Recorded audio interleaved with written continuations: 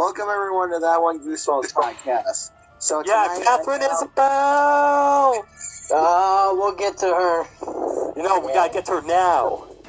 She's the only good part of this. Okay, well, let's just get through the people real quickly. So we can get done with. Okay, so Bumps in the Night, Bug Reviews, Spongy444, Reviewer Beware, and Goosebumps Completionist. And I'm Stupid Idiot 69. There we go. Happy Hanukkah. This was Spongy's choice. Tonight's early Friday the 13th. Yeah, it can't move beneath the sink, so this was Spongy's pick. Someone go, please. Okay.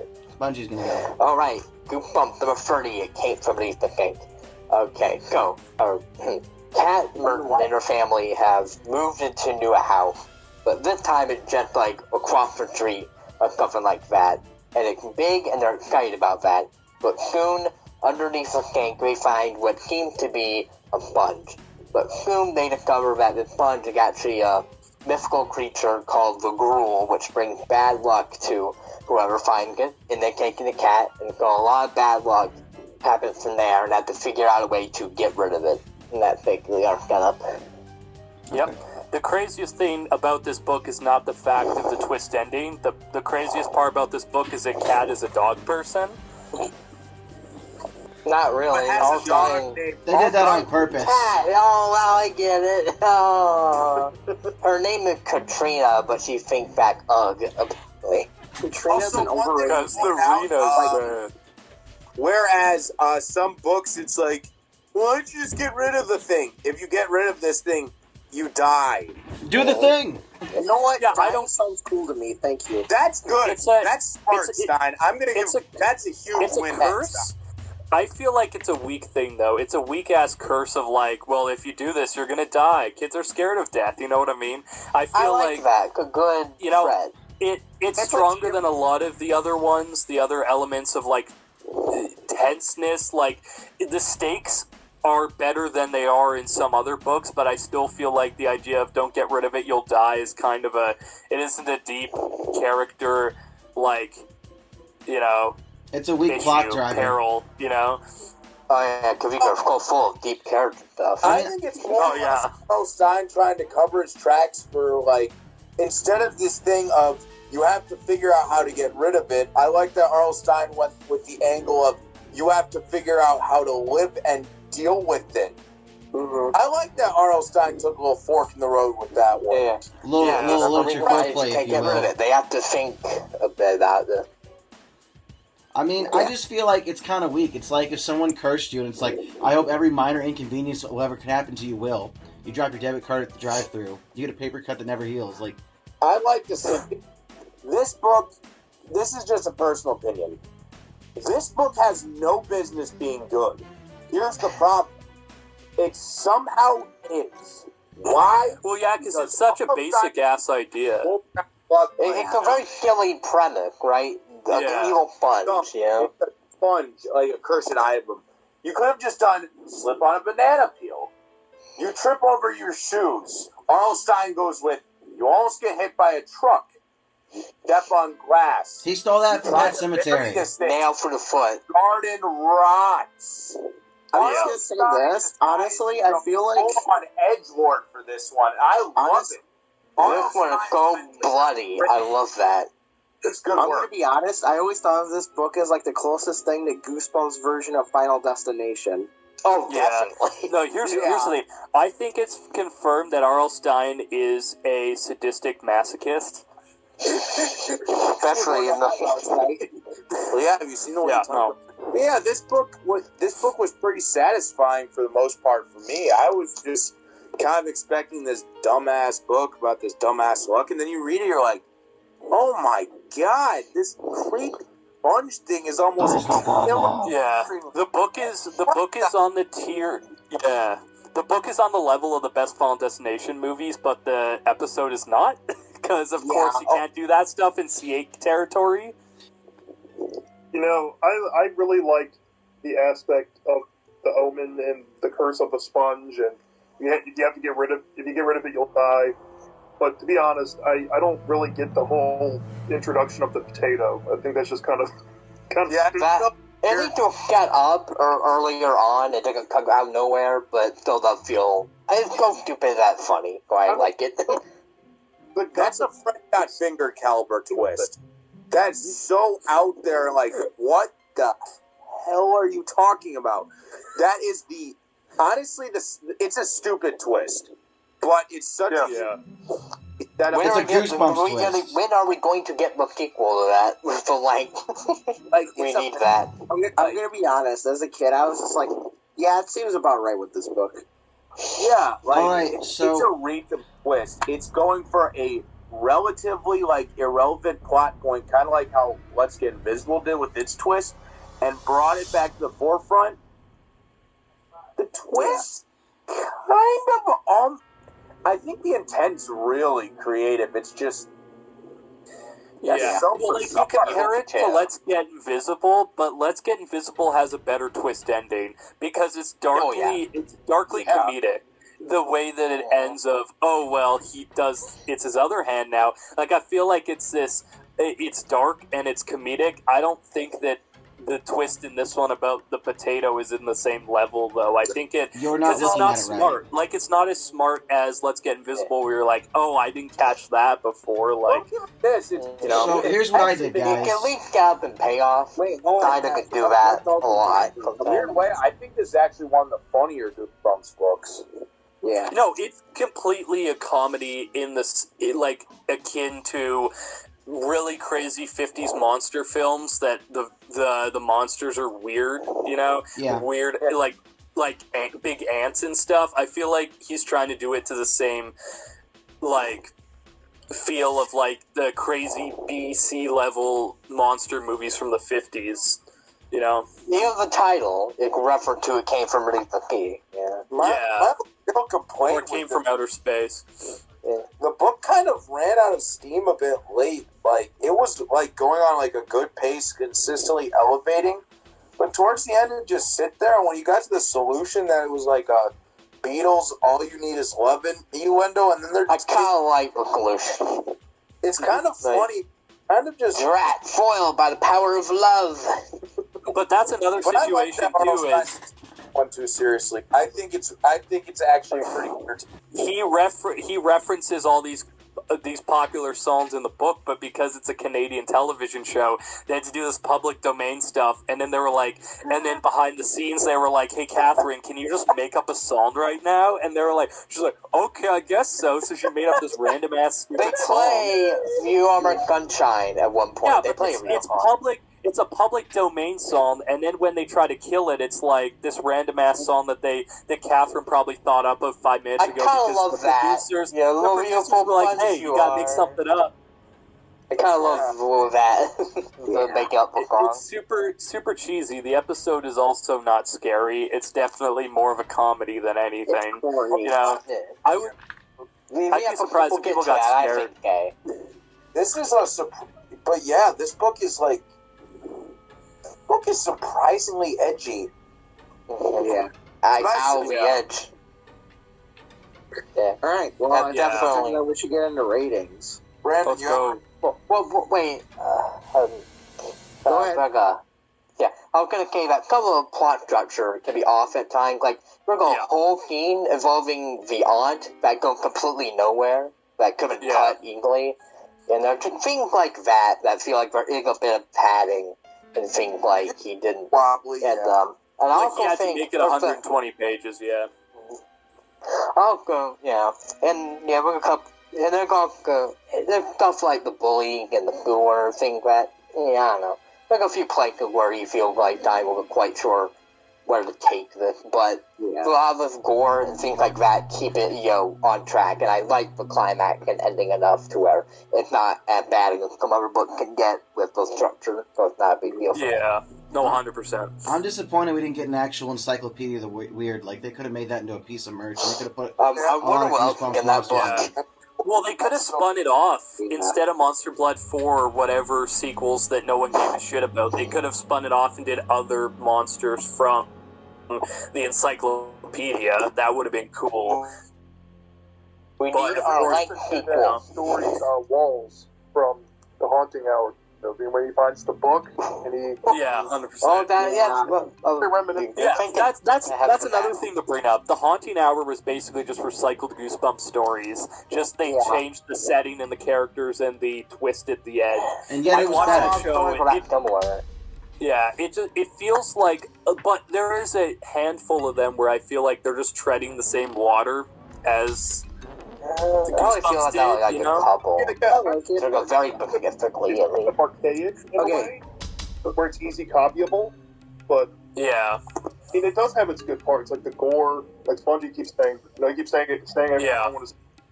I like the graphic stuff in this book, but it's just the whole sponge and potato dichotomy going on. I'm just not a fan of how cheesy that is.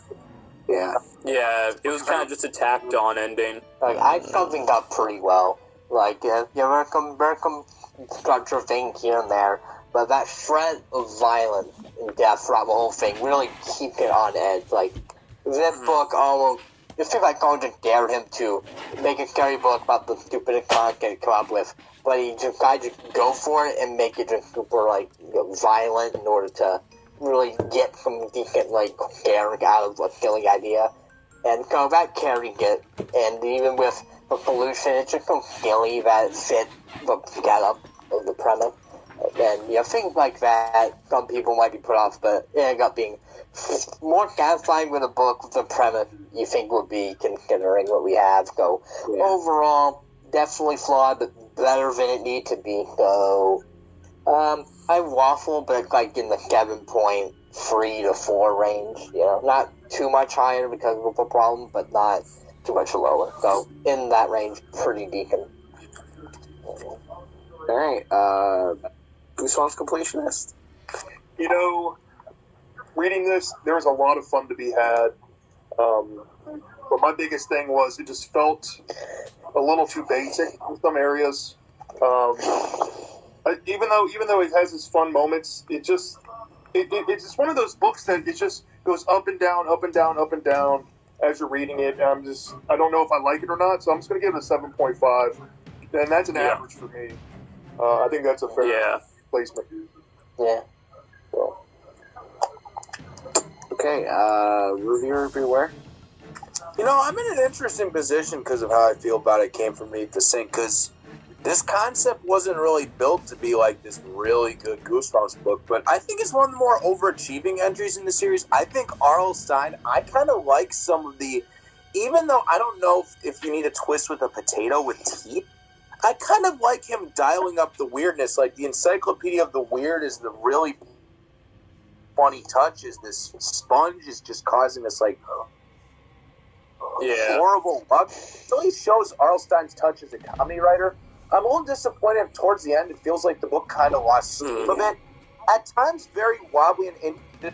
But I'm not saying this is one of the greatest books in the series, because it's not. But I think it's pretty whimsical on its own merits. I'm going to give this one a surprising rating. I think it's worthy of it. I'm giving this book an 8 out of 10.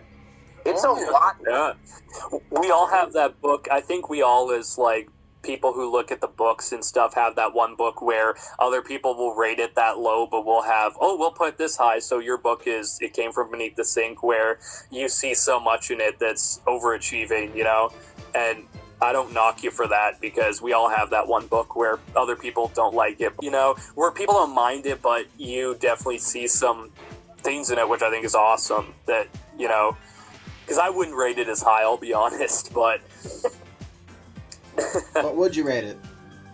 I think because I went through all the books through like a couple weeks ago, and I ranked them all, and I think I made 6.5. Like, I like the concept, I like the Final Destination element of it, but ultimately I think that there are stronger stories, stronger characters in the universe, because for me, a number like 5 out of 10 is about half. And 6 out of 10 is okay, at least when I'm ranking movies and stuff, so I use that same ranking method for this too. Yeah. Brandon? Also, now you want to go? 5. It's an okay book. Okay. I'll be honest. I'll give it a 6. How come? Just a 6? Let's go 6, gang. I liked it for what it was, but I don't think it's, like a cult classic masterpiece. I just think it was like, it was a good book. Books. I would It's just kind of get fans who appreciate the violence. It's not like a book that I would sit there and say, oh my god, I hate that book. But I'm just like... Yeah. But it's not a book you would read again. Like, you'd want to read again, Like, okay, like if I reread the I entire need a better series, copy. Sure, I would be glad to read it again. But... Oh, yeah. I don't know. Like, I'm not going to sit there and die because I'm not rereading it again. Like, there's other books in the series I want to do that with. Yeah. Not one of my favorites to go back and read over and over again, but not one I mind reading time to. This book is like Haunted Mask is like one of those books I read. never made like an all-star appearance. I Live in Your Basement is one of those I've read like a million times. Dude, that book is so good.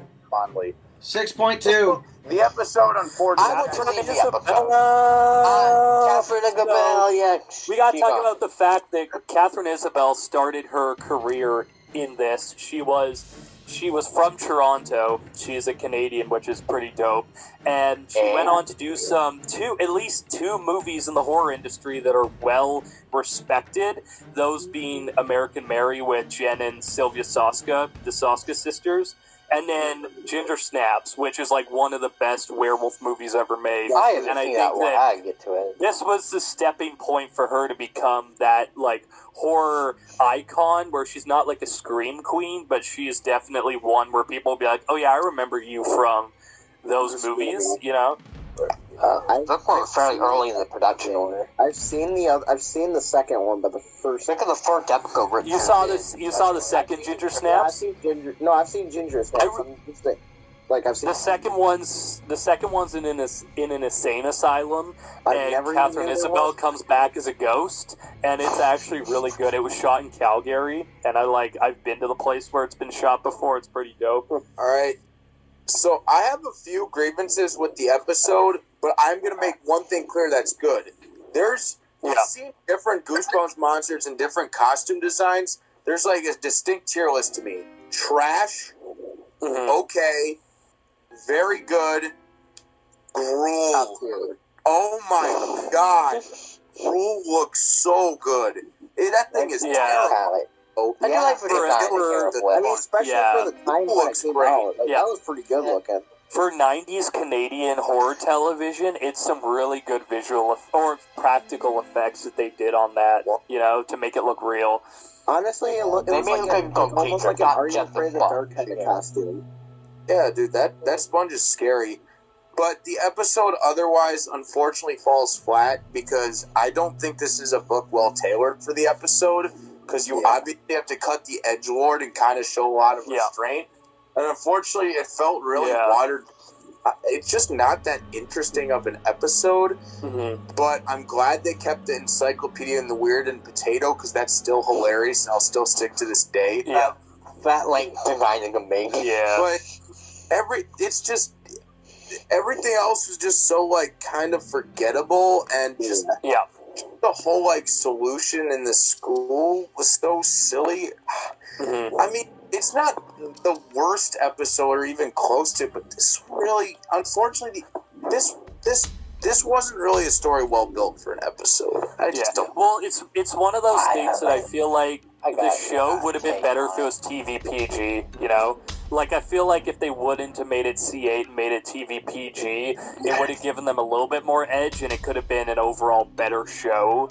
Because if it was tailored to people 12 plus, I know the books are 9 to 12, but if they made the show a little bit PG, not TV 14, I heard the next one, though. I heard the reboot's going to be more TV PG. I hope so, because it'll give them the go-ahead to do more dark things with it. I do hope they come back to this. They can push the limit. I think they should come back. Yeah. Especially with in-depth transformations and some creature biting into somebody. You can show a lot of potential. Yeah. And with CGI now, they could make all these creatures look a lot better than they were in this show now that CGI exists. Oh god. Yeah. Some monsters, though, I feel like they'll have a better impact with the makeup, though. True makeup. I love how they played a Goosebumps theme near the end for the girl. Yeah. Okay, yeah, that was funny. Yeah, that like just 90s being able trap to just go like remix. headphones in. That's so 90s. Yeah. that was. I love when they Easter egg. Yeah. I'm gonna be honest. The greatest scene in that episode is easily the sponge gurring. That oh my god, I laughed at that scene as a kid. No, I'm telling you, they did gruel service. I like the Gruel was part the best part of the episode where they show the vampire potato and It's like, Josh oh my Saki god, grabs it and it's runs so off. And corny but so good. I like, you keep saying how at the end, the girl cannot be killed because she's stuck with it for life. Like, imagine what happened when she had to, like, go off to college. What's she gonna do then? Yeah. Oh yeah, let's see a That'd sequel be a where she's cool in ending, like have her go she's to college. in college. And like the sponge comes out. Like she's gonna go to college, she'll have to bring it with her. College boyfriend, and you just see a fucking She's a party girl. They're all drinking in her room. They're smoking weed, and the sponge is just chilling, like listening to the Goosebumps theme still. Acting chops on this episode, it felt very different from your average feel of the show. Like, And that's because they have her narration for some reason. yeah, it was one of those episodes that really stood out on the direction point of view. I don't know if I liked it or not, honestly. Nah, I don't think the one was well made. Look at one of the ones with a one-time director. Directing-wise, I would say it's not the strongest directing-wise, you know? It's not the... Because there's a certain way people did Goosebumps that worked, and I don't think that because of this being a different director, it didn't fit, you know? His name is David Winning. He did like a handful of Our Favorite Dark as well. Yeah, I can't remember which one. Oh, yeah. It felt more like a dark setup, where it started. Yeah. It just had that momentum going for it the whole time. I can definitely see the the differences parallel in that episode when you're comparing the two. Even just the cinematography and the frame rate, because Are You Afraid of the Dark shoots at a higher frame rate and the cinematography is more realistic. This episode is very much that too, and I think it's because of the Are You Afraid of the Dark aesthetic that they kind of put on just this episode that it feels so much different, like it's not in the right show. Yeah. Alright, so let's just get into ratings so we can get this episode done over with. Boom. So, Spongy, go ahead. Yeah. So my hot take about story-wise, I actually think the episode flowed a bit better, especially the climax. The climax felt like the way they led. I like the fact where they at first give it to the teacher to poke and prod at it. They later realize that if we get away, we die. We have to get it back. Mm-hmm. Well, in the book, they the friend take the sponge, which they shouldn't count in giving it away. Whatever. So the episode it's a bit smoother. And I kind of like how we get to a climax in that way. The trade-off is that you can't show gore, so the girl doesn't feel as powerful. It feels like, oh, you fell off your bike, boo-hoo. It's not, it's pretty silly. Yeah. Yeah. Go. But at the same time, I still have fun with it for all cheating it, and I feel like they're gonna go the writing being more or less alright and a little bit better. Mm-hmm. Put it in a rough game league, right, but lesser in terms of actual effectiveness. So, the episode, I'm putting 7 point entertainment, again, 7 point, 4, but in terms of actual quality, well, for this show, grading on the curve, it closer 7.2, in that range, considering. Yeah. So, I'll put it there for my take, anyway. Derby?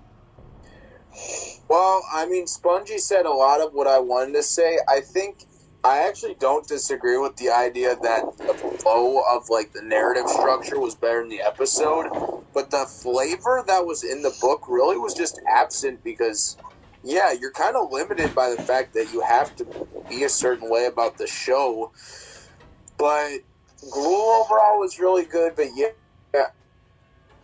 everything else just felt kind of flat. I'm giving the episode a 5. I get it, yeah. Sorry. I'm gonna be honest, I'm gonna give it a 5 also. A 5 for you? Cool. Yeah.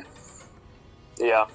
No, I would agree. I would say for me, I love Catherine Isabelle as an actress, but I think it's on the same level as Ryan Gosling and Say Cheese and Die that I just can't defend the episode because it's like, you've done so much better by this point. I also like the Gremlins nods they had, of course, like giving the monster to the teacher and stuff and all these different plot points that were very reminiscent of Gremlins. True. I like those nods because this very much feels like a wild, outlandish story like Gremlins was.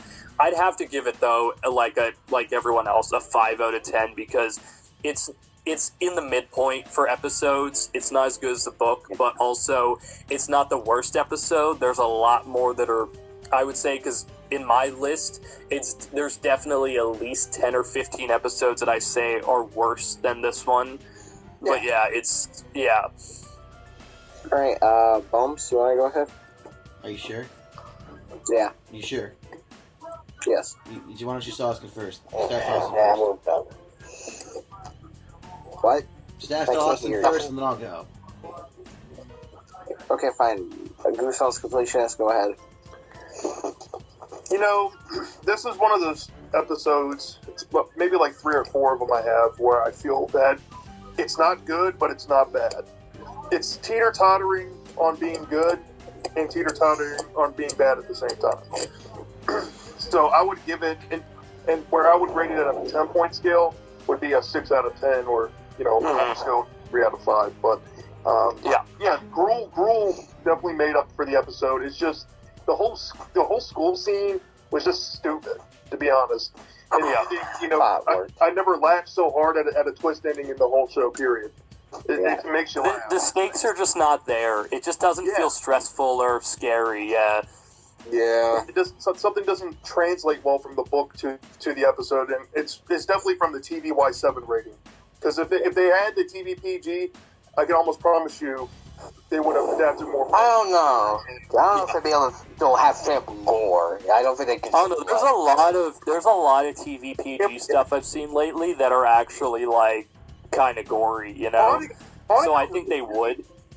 I don't know. Even Haunting Hour didn't show up gore for a dark you could get.